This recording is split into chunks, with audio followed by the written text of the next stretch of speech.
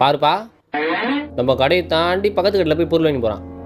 சில்லறம் தேய்ச்சி நம்ம கடைக்கு வருவோம்ல, அப்போ பார்த்துக்கிறேன். The next day. நான் ஹார்லிக்ஸ் குண்ணா. ஹார்லிக்ஸ்லாம் இல்லை. நோ, தலைக்கு மேலே தொங்குது இல்லைன்ற. ஆ, இப்போ தான் என் கடை உங்கள் கண்ணுக்கு தெரியுதா? நேற்று என் கடையை தாண்டி அவன் கடைக்கு போகிறேன், நாங்கள் கெட்டு போன பொருளை வச்சுக்கிறான். நோ, உங்ககிட்ட ஜிபே இல்லை, அதான் நாங்கள் போனேன். ஏதனா ஒரு காரணம் சொல்லுவார். ஒன்றா ரெண்டா? 2. தா காரணா வேணா? இப்பி குண்ணா. இப்பியா?